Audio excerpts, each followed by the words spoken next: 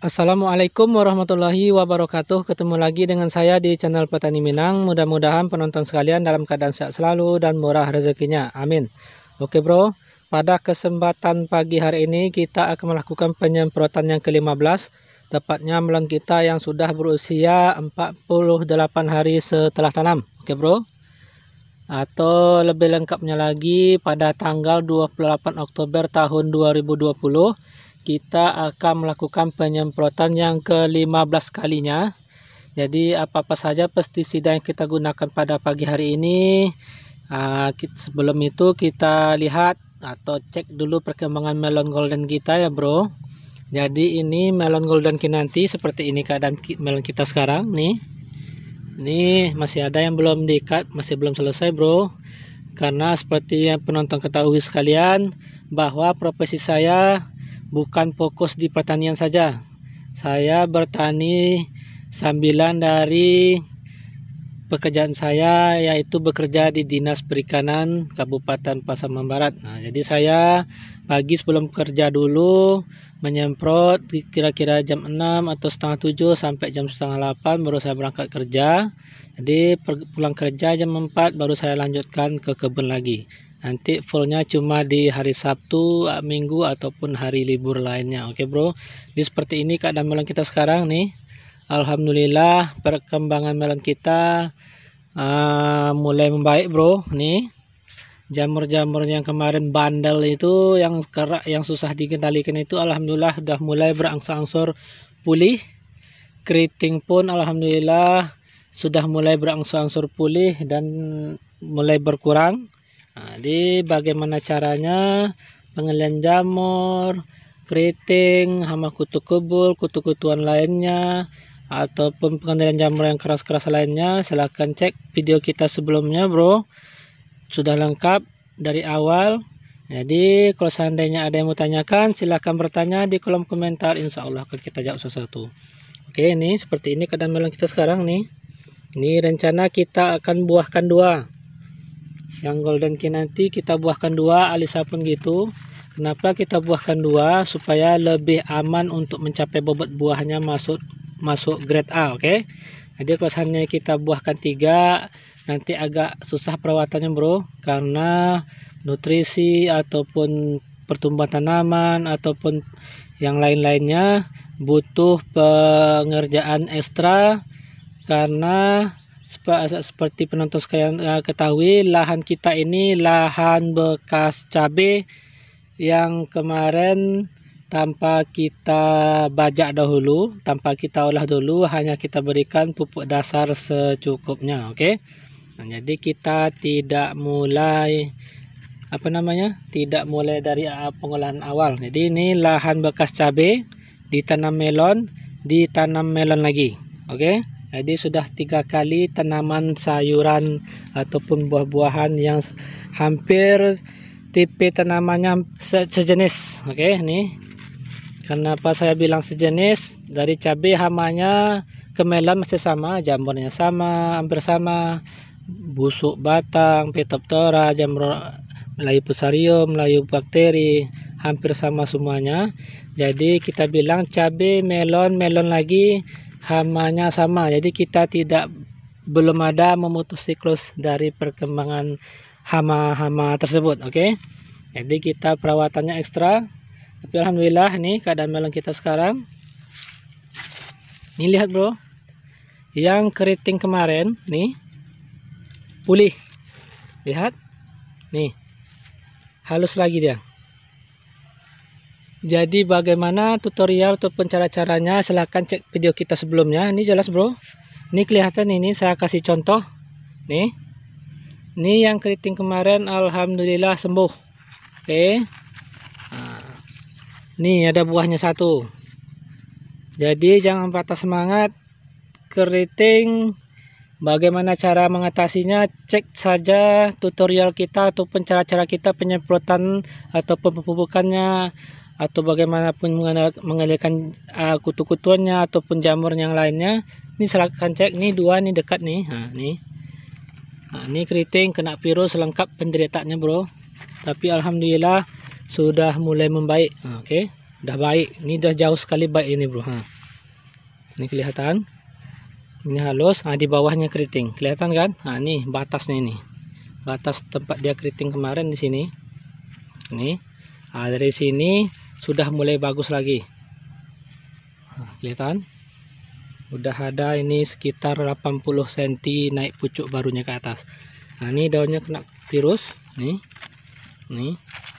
Tapi alhamdulillah buahnya ada satu. Masih diberikan kita rezeki untuk mendapatkan hasil dari tanaman yang terserang parah tersebut. Oke. Ini ada satu lagi. Ini kelihatan. Ini keriting nih bro. Nih. Kena jamur, kena virus Gemini. Dilengkap penderitaannya, alhamdulillah buahnya nih ada satu. Jadi bagi tanaman yang keriting, jangan terlalu kita paksa untuk dibuahkan dua, atau tanaman yang kurang bagus. Yang kita buahkan dua tanaman yang lumayan normal ataupun normal lah pertumbuhannya, baru kita buahkan dua. Kalau seandainya tanaman seperti ini ada yang cacat, kena virus, keriting, atau yang pertumbuhannya abnormal atau yang lainnya, kita buahkan satu. Jadi seperti itu caranya bro. Yang kurang bagus pertumbuhannya kita buahkan satu. Jadi kalau seandainya tanamannya pertumbuhannya normal atau bagus, baru kita buahkan dua untuk melon golden ini. Beda dengan melon jumbo ataupun leoni kemarin yang kita buahkan 3, rata-rata 2. Oke. Ini terkena virus ini bro. Kelihatan? Ini baru bagus lagi ke atas, baru pulih. Jadi seperti itu, ikuti saja cara-cara kita. Kalau seandainya kurang paham, silahkan bertanya kolom komentar ataupun cek video-video kita sebelumnya. Jadi kali ini pestisida yang kita gunakan yaitu untuk membuat melon kita ataupun apa namanya, dinding buah melon kita ini, nih.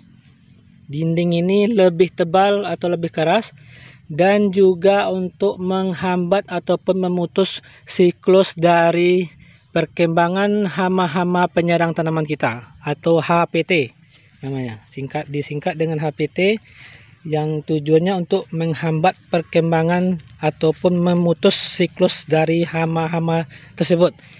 Jadi selain kita mengendalikan, membunuh, dan juga memutus siklusnya tanpa dari menukar dari siklus tanaman. Contohnya tanpa menukar dari siklus tanaman dari melon ke jagung ataupun ke tanaman lain yang tidak sejenis dengan melon.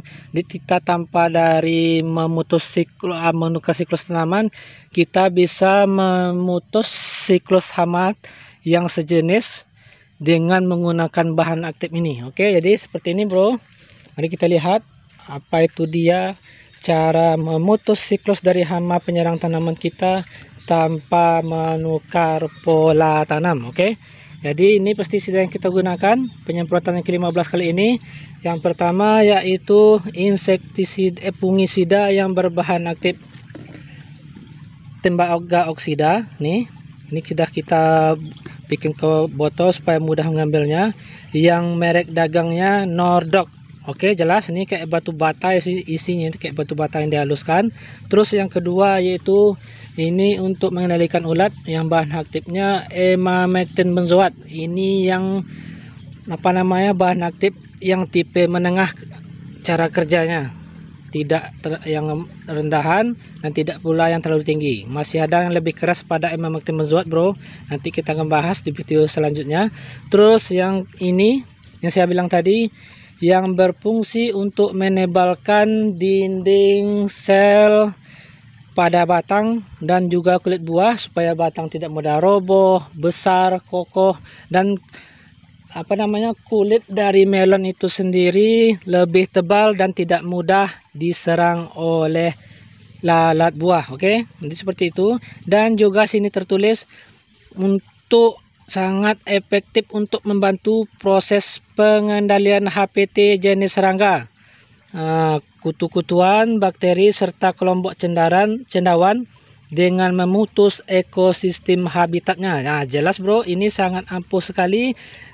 Maaf saya salah tadi, bukannya untuk memutus serangan hama saja, tetapi juga bisa memutus dari serangan bakteri jahat dan juga jamur-jamur jahat penyerang tanaman kita ataupun untuk merusak tanaman kita. Jadi ini dia mereknya X-Menzo. Nah, tertulis di situ usaha teknologi yang isinya silikat yang apanya rumus kimianya Si02 35%, 100% larut dalam air.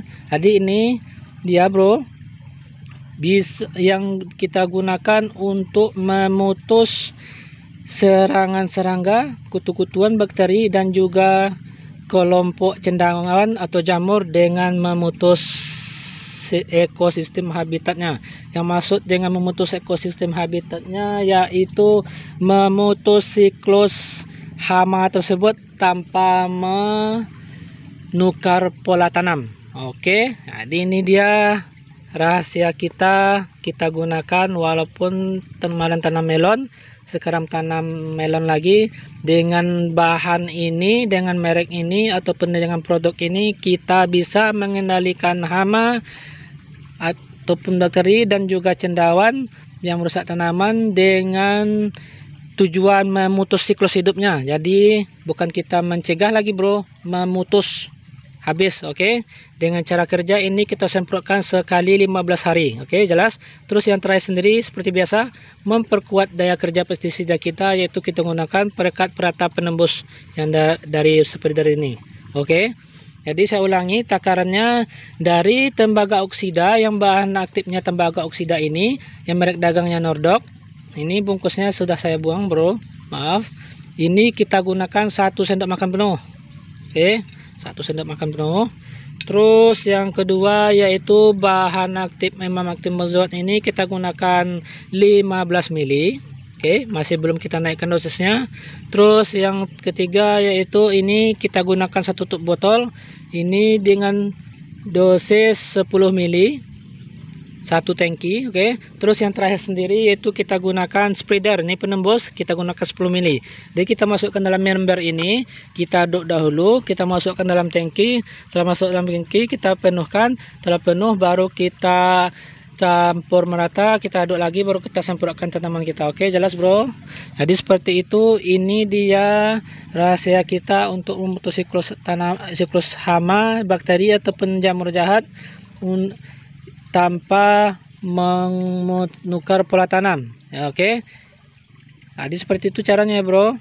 Jadi cukup sekian. Kalau seandainya ada yang mau tanyakan, silahkan bertanya kolom komentar. Insya Allah akan kita jawab satu persatu. Tapi jangan lupa share, like, dan subscribe-nya supaya channel kita lebih berkembang dan kita lebih semangat lagi dalam berbagi ilmu dan pengalaman. Oke bro, cukup sekian.